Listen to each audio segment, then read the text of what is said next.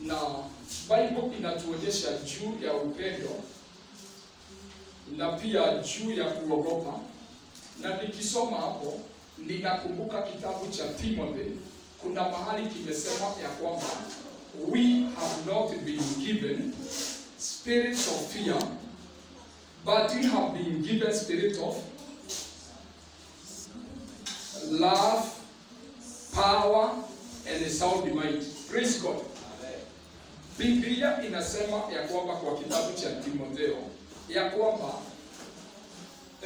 hatukupatiwa roho wa utumwa tukaweze kuogopa tena. Tumepatiwa roho wa upendo, tumepatiwa roho wa uweza na roho wa kuwa na akili timamu. Praise God. Na hapa maandiko inasema ya kwamba perfect love cast away fear, ama upendo wetu umekamilishwa ili tukaweze kuwa na hakika siku ya hukumu. Siku hizi niko na neema ya kuweza kuelezea mambo, and mostly I use myself. Praise God. Kuna wakati moja ninakumbuka nikiwa kijana nilipookoka tu na nilikuwa ninaomba. I don't know what happened, lakini nikiwa kwa maombi kuna wakati ulifika mahali nilikuwa nakaa kwa nyumba ya ghorofa na nilikuwa ninakaa I think that hiyo nyumba ilikuwa na floor kama 4. No, ilikuwa na kama 5 kwa sababu juu yangu kulikuwa na floor 2. Na nikiwa ninaomba kuna mahali nilifika kwa maombi nikalemewa, nikashindwa kuendelea na maombi na nikakaa kama nimelala. What happened? Nilijikuta nikaona nimetoka ndani yangu, na nilipotoka ndani yangu nikachomoka kwa mlango. This is very true. Praise God. Nikaona nimetoka ndani yangu, nikachomokea kwa mlango na nikaanza kwenda juu. Hata kule juu kulikuwa na mabati lakini haikunizuia. Nikaanza kupanda juu. Nikaona mawingu iko pale juu yangu, nikaipita. Nilipoipita, hii unaweza fikiria kwamba ni stories za Luas but the truth. Praise God. Nikapita mawingu, nikaona mwezi iko juu, nikapita mwezi, nikaona ya kwamba juu ya mwezi kuna jua, nikapita jua, nikapita nyota, na nikafika mahali nikiwa katika hiyo safari. Nikasema kwa nini ninaenda kwa Mungu? Praise the Lord. Amen.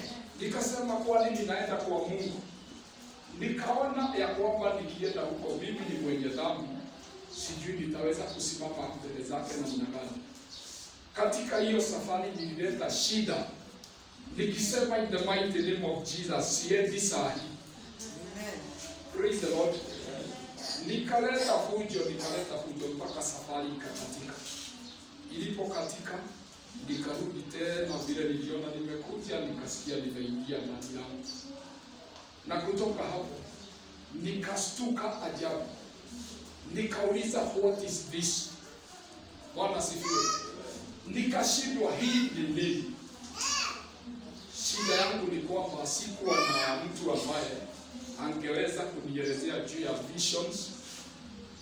Sikuwa na mtu ambaye angeweza kunielezea juu ya zile zinaitwa trances kama ile Peter aliona akiomba. Na kwa hivyo, kwa sababu sikuwa na mtu kama huyo, singeelewa. My point is, sitaki kukuonyesha vile nilienda.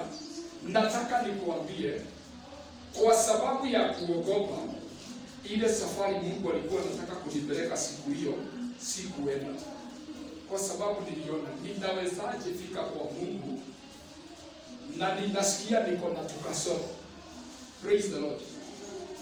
Kile nataka ukajue kwa kwamba siku ya leo ni kwamba kama mtu upendo wake haujakamilika, praise the Lord, ni kwa sababu ya kuogopa huzuilia mambo fulani yatendeke. Na hapa tunaambiwa ya kwamba our love has been perfected. Bible inasema ya kwamba our love has been perfected among us, that we may have boldness to stand in the day of judgment, because as he is, so we are in this world. Isemi ni kwamba kama upendo wako kwa Mungu haujakamilika, hata siku ya hukumu mtu hakuna atakaye kuhukumu. Utasema tu kama vile nilisema ya kwamba ninaenda kwa Mungu na mimi ni mwenye dhambi, ataniua. Nilikuwa ninaogopa ya kwamba nikienda huko ni jehanamu. Lakini ukiwa na upendo mkamilifu, hata siku ya hukumu you will have boldness. Praise God. Unanielewa? Hata siku ya hukumu maandiko inasema ya kwamba utakuwa na ujasiri wa kusimama mbele za Bwana. Na kwa hivyo mtu wa Mungu, siku ya leo ninataka kusema ya kwamba hakuna kitu cha maana kwako kama kumpenda Yesu na upendo mkamilifu. Unasikia, mimi nilikosa kwenda tour kwa sababu ya kuogopa. Umenielewa? Umenisikia? Yes. Nilikosa kwenda, sikuwa ninaenda ati na nisirudi. Nilikosa kwenda wakati huo kwa sababu ya kuogopa. Nikaona Mungu na ni mtakatifu, sijui nitafanyaje naye. Nikaanza kuleta shida ya kwamba sitaki kwenda saa hii, sitaki kwenda saa hii, na nilikuwa nisikuenda hiyo siku kwa sababu ya kuogopa. Na mtu wa Mungu, nataka nikuambie, kama upendo wako haujakamilika, mtu hukaa akiwa na uoga. Unaogopa kila kitu kwa sababu your love is not perfect. Na Bible inasema there is no fear in love. Mtu akiwa na upendo wa Mungu hauogopi chochote. Na kuna mtu mmoja kwa Biblia, mwanafunzi wa Yesu. Huyo alikuwa very daring, ambaye maandiko inasema Yesu alipenda sana na yeye alimpenda Yesu. Mtu ambaye anaitwa John the Apostle. John ikifika ni mahali pa kujua siri. Hawa wengine walikuwa naambia John, muulize.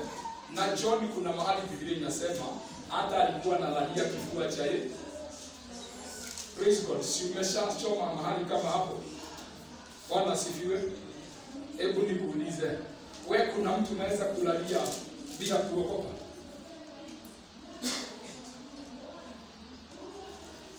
Kuna mtu anaweza kulalia bila kuogopa? Praise God. Kama kunaye, I suspect unampenda. Praise the Lord. Kama kuna mtu unaweza kulalia na usisikie kuogopa, nina suspect unapenda huyo mtu kwa upendo mkamilifu. Kwa sababu kama hakuna upendo mkamilifu, you cannot dare to do that. Praise the Lord. You cannot dare to do that. Kwa sababu mpaka uogope consequences za kumlalia.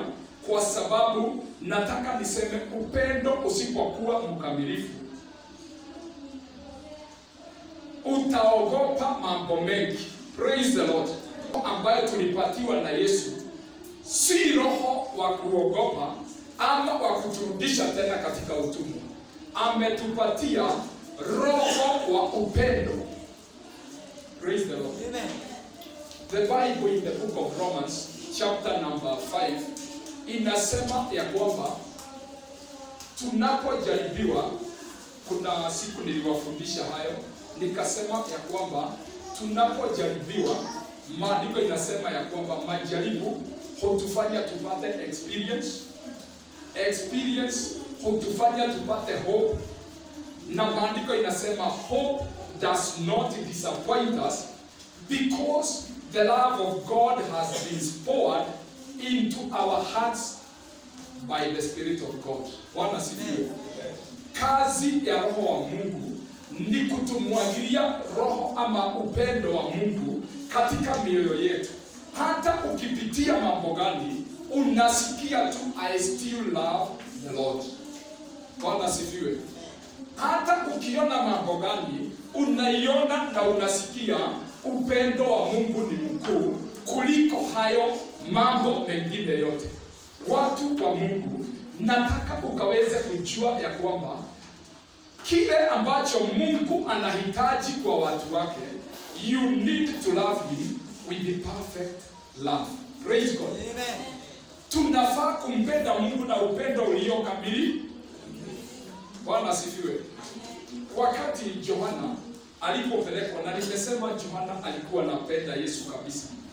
Yohana alipochukuliwa na kupelekwa kwa inaitwa the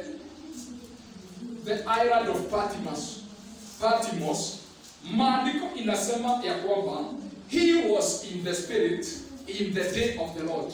Hiyo ni Revelation chapter 1. Na maandiko inasema ya kwamba akiwa in the spirit in the day of the Lord, akasikia sauti nyuma yake kama sauti ya trumpet. Na ukisoma hapo, sitaenda saa hii, maandiko inasema ya kwamba aliposikia hiyo, na mambo kuna mengi imetajwa hapo, Yesu alikuja akamwambia usiogope, ni mimi yule aliyekuwa akafa na sasa anaishi milele. Akamwambia niko na funguo za death and Hades. Praise God.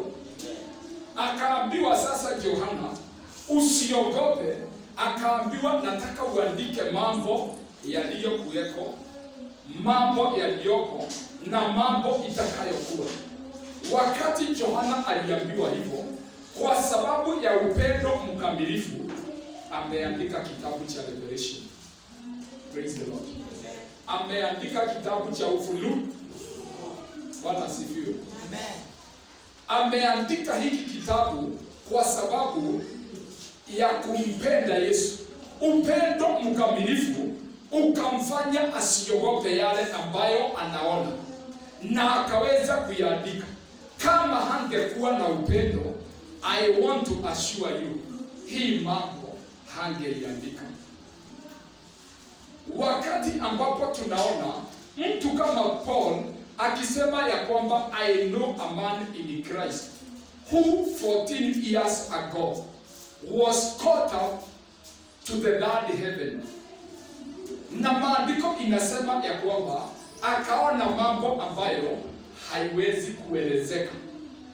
Hiyo ni kitabu cha 2 Corinthians chapter number 12. Na sitasoma, but as you read utaona ni hivyo. Akasema ya kwamba ile mambo aliona pale, akasema it is not lawful hata kuambia watu, na ni mambo haiwezi kuelezeka. Nataka nikuambie, if you don't have love, kuna mambo hautakubalia itendeke kwako. Praise God. Amen. Kuna mambo utazuia itendeke kwako because of lack of love. Na ukiwa na upendo, nataka nikuambie ya kwamba whatever may come your way, upendo utakusaidia kuendelea. Nataka niseme ya kwamba mahali pakikosa upendo, kuna mambo nayo haiwezi afikiana katika maisha ya Mkristo. Ninataka niongee juu ya agape love. Lakini pia kile ambacho ninasema kinaweza kuwa kweli hata kwa upendo aina mwingine wowote. If there is no perfect love, there is always fear. Na hiyo huwa ni shida kwa watu wengi. Unaweza kukuta mke na mume wakiongea mambo fulani, unaweza kukuta mtu anaambia mwingine nataka uproof kama ni kweli. Nataka uproof kama ni kweli, kwa sababu upendo wake haujakamilika. Kama upendo umekamilika, you will believe everything you are told. Praise God.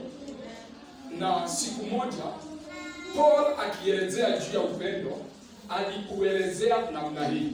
Nataka ukaweze kujua juu ya upendo. The book of 1 Corinthians nilimsikia akiimba akisema upendo sijui una nini,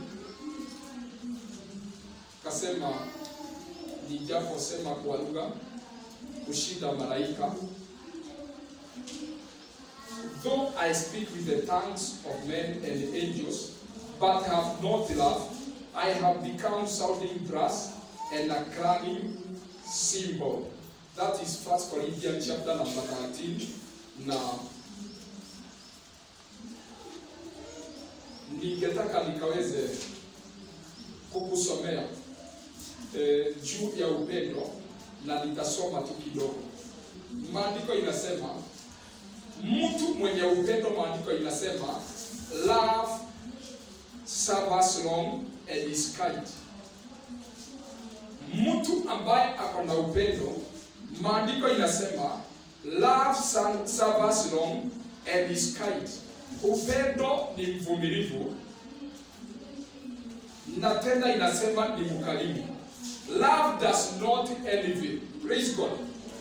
Upendo hauna nini? Sunisaidia kuinterpret. Upendo haina wivu.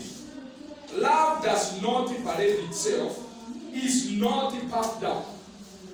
Maandiko inasema upendo haujivuni na upendo haujinui. Love does not behave rudely. Upendo hawezi ukaweza behave rudely, ni kusema nini? Praise God. Hawezi ukaongea inaitwa mnara, inaitwa kiwe, hawezi ukaongea kiwe. Bwana sifiwe. Does not seek its own. Love is not provoked. Love thinks no evil. Love does not rejoice in iniquity. Hiyo ninasoma 1 Corinthians chapter number 13 and verse number 4 nikienda chini. Inasema number 6. Love does not rejoice in iniquity, but rejoices in the truth. Bears all things, believes all things, hopes all things, endures all things. Love never fails. Maandiko inasema love cannot fail. Praise God. Ninaongea juu ya upendo kama vile neno la Mungu liko leo, ya kwamba mtu yeyote ambaye anaongozwa na upendo, maandiko inasema ya kwamba upendo haujivuni, upendo haulingi, upendo huvumilia, upendo haupendi mambo yake mwenyewe. Na Paul ameelezea mambo ya upendo mpaka amefika mahali akasema ya kwamba it does not seek its own and love does not fail. Praise God. Upendo haukosi. You cannot fail in anything if you have love. Bwana sifiwe. Unaona, nimeshawahi kuona hata hapa church na hata mahali kwingine, kila mtu anapenda, hata iwe nini ama nini, mtu huhakikisha ya kwamba amekitenda kwa sababu love does not fail. Praise God. Amen. Ukiona mtu ambaye anakosa mahali fulani, hiyo shida huwa ni ya upendo. Praise God. Ukiona mahali mtu anakosa kutenda jambo, hiyo shida ni ya upendo. Bwana sifiwe. Amen. Mtu unaweza kupima maisha ya watu kiwango cha mtu upendo wake, if he can fail or she can fail. Mahali ambapo mimi mwenyewe sitaki, ninaweza tafuta visababu mingi na niseme sikuweza na nipatiane sababu kubwa. Lakini mahali napenda, nitatafuta sababu za kutosha za kuwa pale. Praise God. Amen. Mahali sipendi, ninaweza kupatiana excuse nzuri sana. ya kwamba unajua nilikuwa kwa safari na nikafika usiku, nikafika saa 10. Nilipojiwekelea nikasikia mpaka macho usingizi haijatoka na niongee mambo mengi, lakini surely that is not the truth. The truth is sikuwa nikipenda kuwa mahali ambapo nilikuwa ninatakiwa ni. Bwana asifiwe. Amen.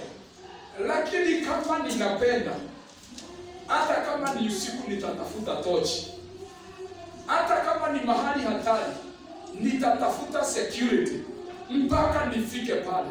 Na kwa hivyo everything is determined by love. Amen.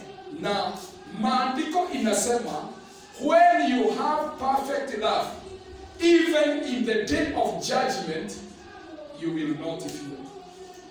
Kuna wimbo huwa tunaimba na tutaimba leo ya kwamba nikiitwa hukumuni rohoni nina amani, nikivikwa haki yake sina hofu mbele zake. Si mnajua hiyo wimbo? Nikiitwa hukumuni rohoni nina amani, nikivikwa haki yake sina hofu mbele zake. Hata usiende zaidi ya hapo. Saa hii si wakati wa kuimba, ni wakati wa kufundisha. Maandiko inasema even in the time of judgment, maandiko inasema wale ambao wanapenda Yesu na upendo mkamilifu, maandiko inasema mbele zake watakuwa na amani rohoni, kwa sababu wanajua ya kwamba mimi siko hapa nihukumiwe, niko hapa ndio nikaweze kuvikwa haki yake ama taji, kwa sababu ninampenda Bwana na ninajua ya kwamba nimesamehewa, hawezi kunihukumu. Praise God. Biblia inazidi kutufundisha juu ya upendo na juu ya kuogopa. Maandiko inatuonyesha ya kwamba fear is a torment, ama kuogopa huletea mtu adhabu. If you fear, you will be tormented by fear. Na mara nyingi nimeshawahi kuona watu, na I have given this testimony once and again. If you don't have love, you have fear. Maandiko inasema kuogopa huletea mtu adhabu, is a torment. Mtu ambaye anakaa akiogopa mpaka uishi maisha ya kusumbuka kila wakati. Ukiona mtu na kuangalie vibaya, unasema hiyo si kawaida. Huyo mtu nilianza kususpect ya kwamba hata ile siku niliangalia nikasikia tumbo yangu imesokota. Huyo mtu si mzuri. Ukiona kitu kingine, fear will torment you. Praise God. But the Bible says, if you have perfect love for God, maandiko inasema you cannot fear judgment. Hata siku ya hukumu, ama wakati huu ambapo sasa nimesikia corona imeanza kupanda, na tena kuna kitu kingine inaitwa monkey. Sasa hii ni kali kushinda chicken pox. Wanasema hii imekuwa na ndugu miaka yote, lakini sasa inakuja kwa wanadamu. If you have perfect love for God, you cannot fear these things, kwa sababu we know that whatever is coming to the world is judgment. Na kwa sababu ya kuwa na upendo mkamilifu, we are sure that we cannot be judged. Praise God. Kila mtu ambaye ako na upendo mkamilifu, hata ukisikia kuko na malaria ambayo mtu akiipata mpaka aende hospitalini, you cannot fear, kwa sababu you know that it is not against you. Praise the Lord. Ni kumpenda Mungu na upendo mkamilifu. Ukipenda Mungu na upendo mkamilifu, whatever comes your way, you cannot fear. Na kitu ambacho nataka kanisa ijue kabla sijamaliza hii mafundisho kwa maneno machache ni kwamba I have been telling you mahali tunaelekea, we are not going to the best of the times in the entire world. Hatuendi mahali pazuri. But there is one thing I want you to understand. Kwa wale ambao wanapenda Yesu, kwa upendo mkamilifu, this is the best time for us. Amen. Bwana asifiwe. Amen. Kila mtu ambaye anampenda Yesu kwa upendo mkamilifu, whatever may happen to you, maandiko inasema all things happen together for good to them that love the Lord and who are called according to his purpose. Amen. Mambo yote hutendeka kwa wale ambao wanafanya nini? Bwana asifiwe. If you love the Lord, whatever happens, hata kuna mambo inaweza kutendeka kwako na uone ya kwamba si mazuri, lakini kama unampenda Mungu, hiyo mambo ambayo inatendeka, hatimaye utamshukuru Mungu, useme nimekushukuru hata kama ilinifanya nilie.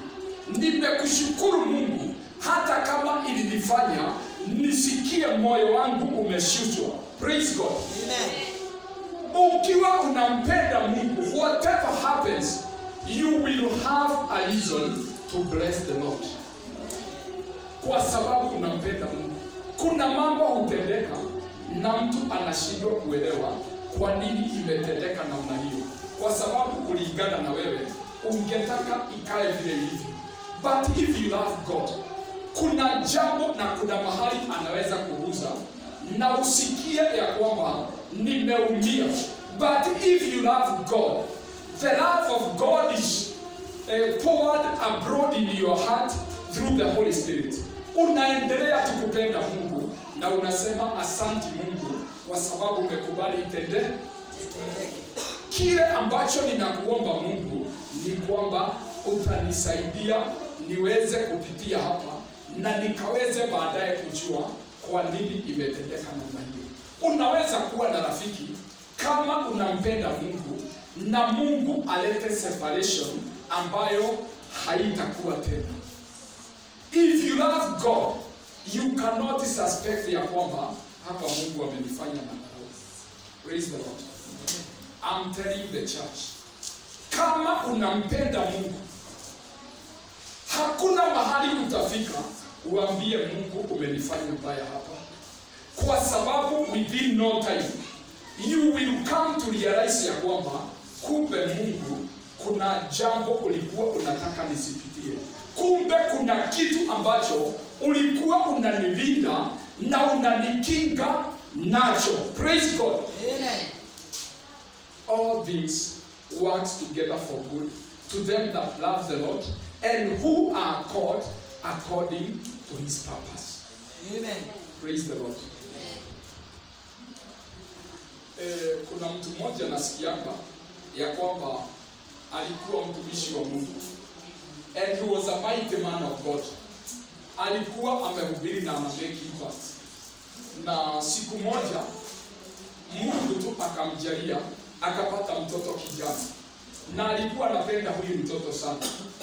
Na akaitwa nchi nyingine aende akahubiri. Alipoenda huko, this is what they say. Akiwa kule akapigiwa simu kutoka nyumbani. Akaambiwa your son has passed on. Hivyo ndipo watu hutumia. Has passed on. Na alipoambiwa hivyo, hata hakumaliza huo mkutano. Akasema muweke mahali pazuri ninarudi. Akachukua ndege akarudi kwa nchi ambayo alitoka. Aliporudi akaenda akaambia Mungu, sasa Mungu ndio utajua ya kwamba I have grace in me. Akasema hapa nikijifungia kwa nyumba, hapa sitoki. Huyu mtoto utamfufua. Unawezaje Mungu kuniacha na wasichana peke yake na kijana aende? Na akawa mkali sana kwa Mungu. Na kwa sababu Mungu anaheshimu maombi ya watu, kuna kitu inaitwa submissive will. Kuna mambo Mungu atakutendea kwa sababu umesukuma sana mpaka itende. Lakini kuna perfect will. Basi Mungu akafanya kijana aishi tena akafufuka.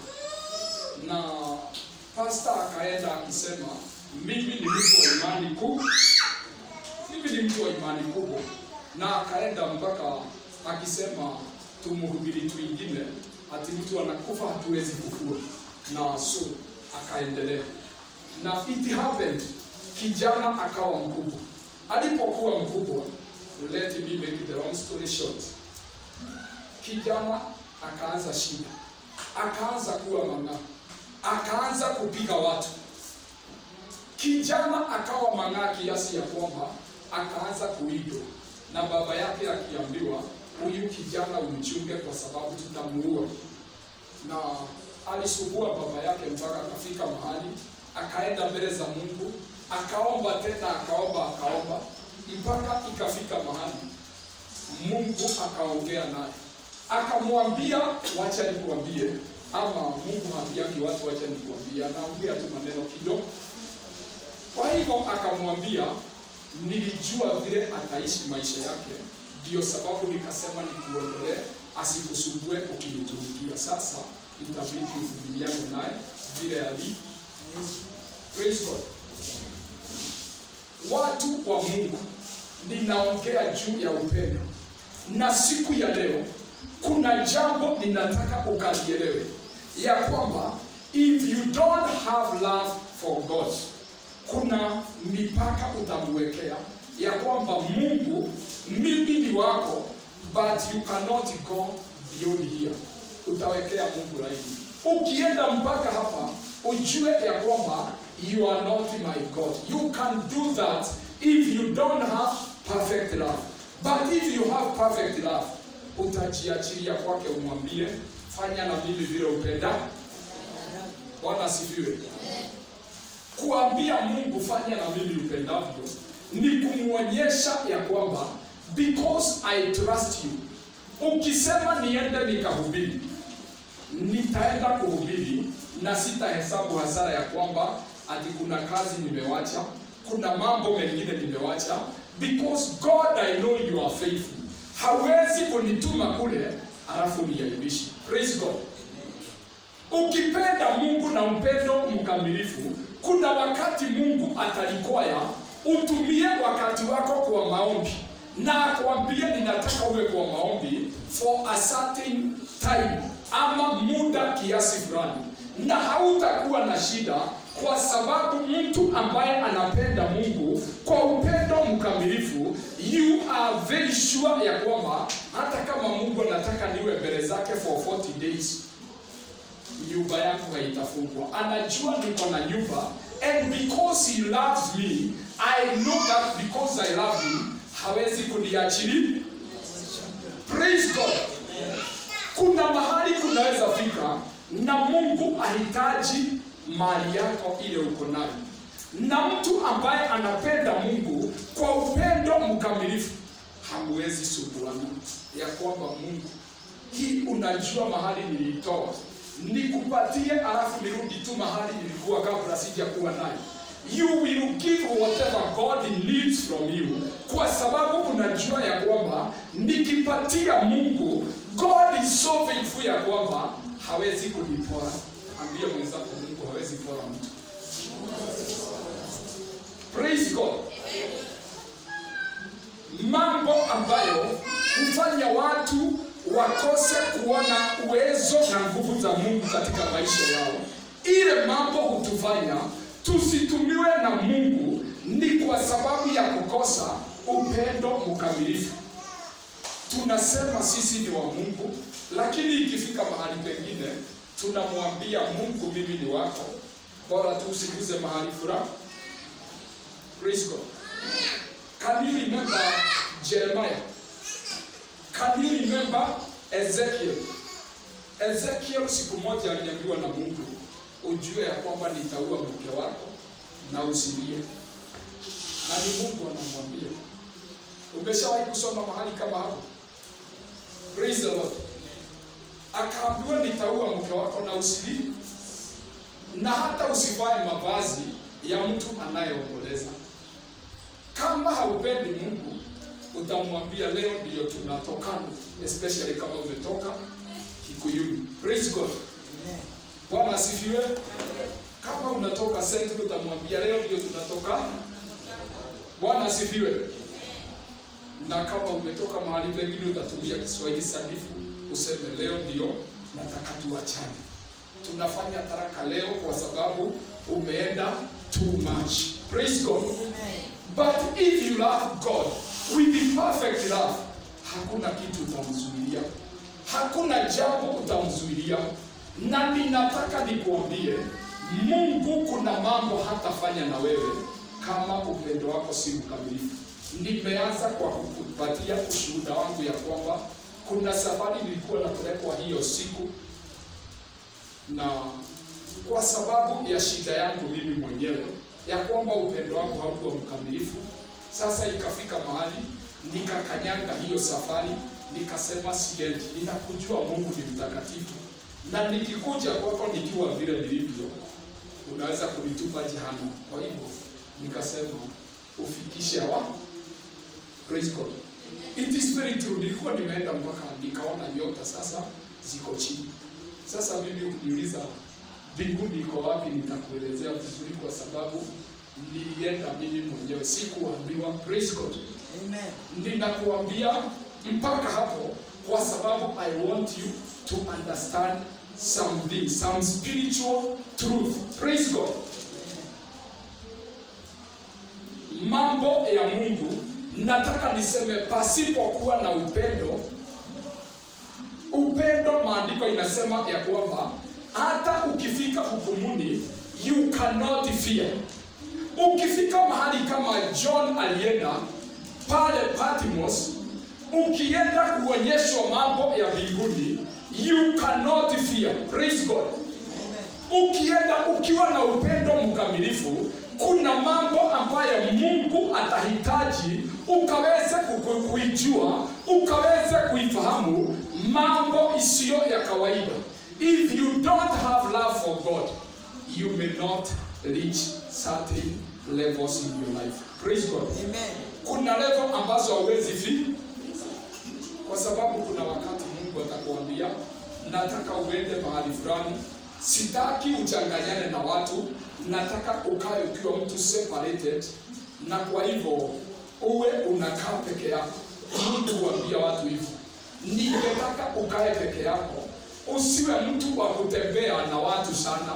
Nataka ukimaliza ibada ama ukimaliza jambo fulani, enda mahali ukae hapo unigojea hapo.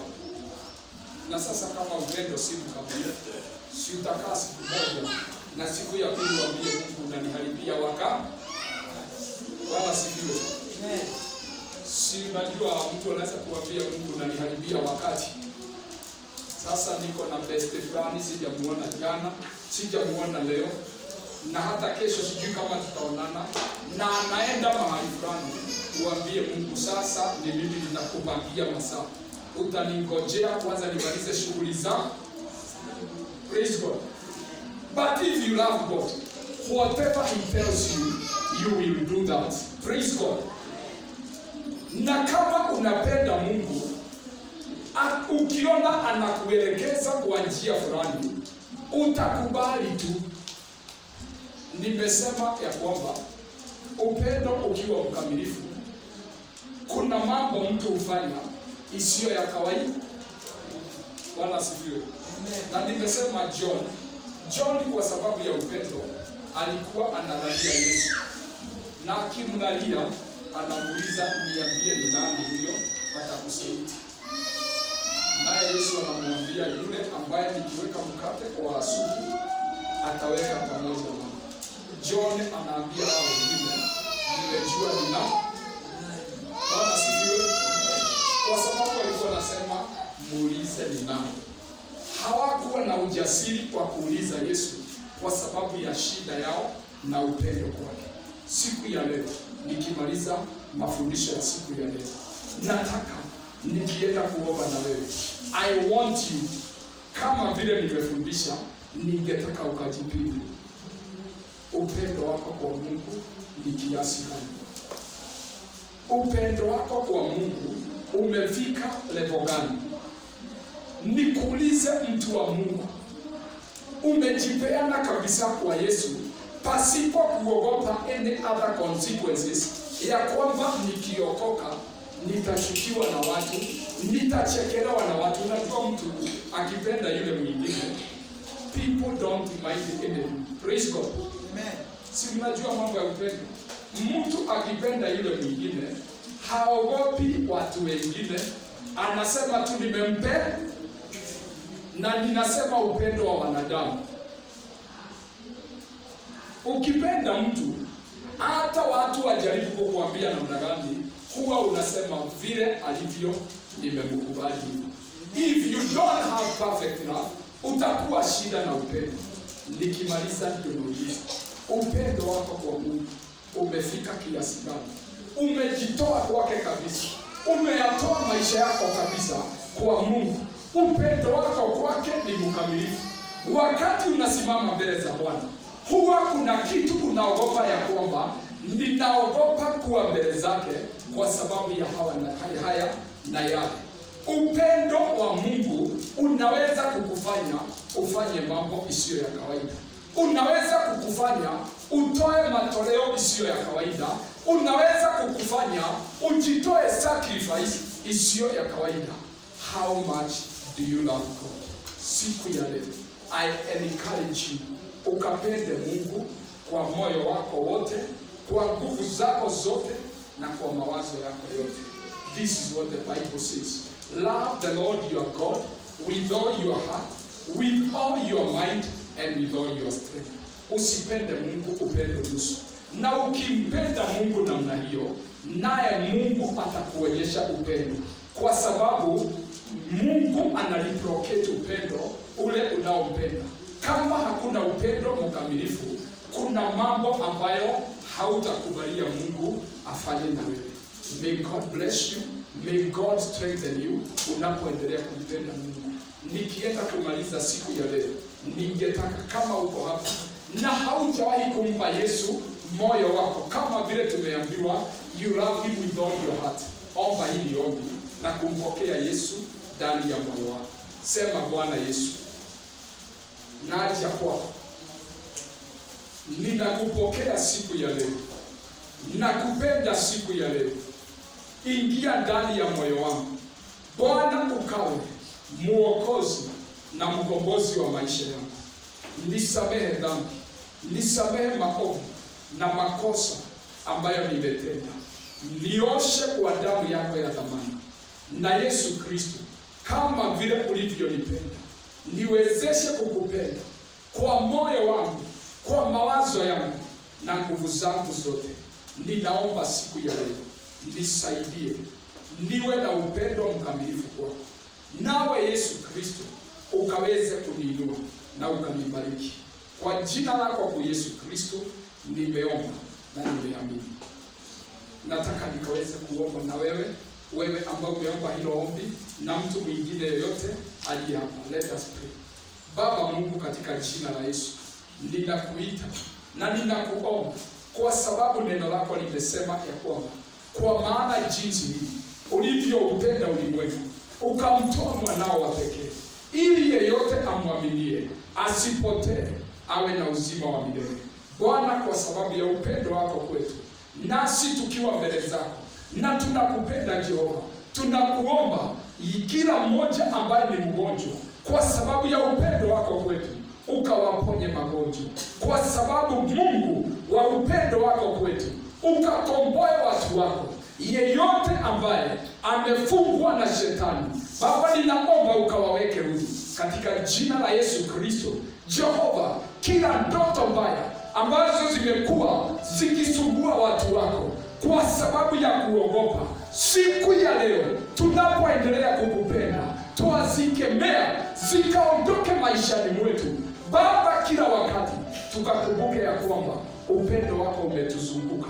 Mungu wetu na Baba yetu, tuonekanie kwa kazi na kwa biashara zetu, kwa sababu unatupenda nasi tunakupenda. Tunakuomba Baba, bariki kazi, bariki biashara za watu wako, inua watu wako katika njia zote.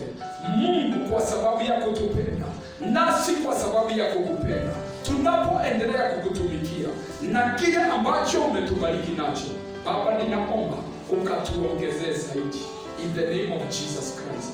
Mungu wetu, onekania kila mmoja ambaye ako mbele zako. Bwana, ushindi wako ukawe sehemu yetu. Kwa jina la Yesu tumeomba na tumeshukuru. God bless you na Mungu awabariki. Bye bye. Tutaonana wakati wa mwingine. In Jesus name.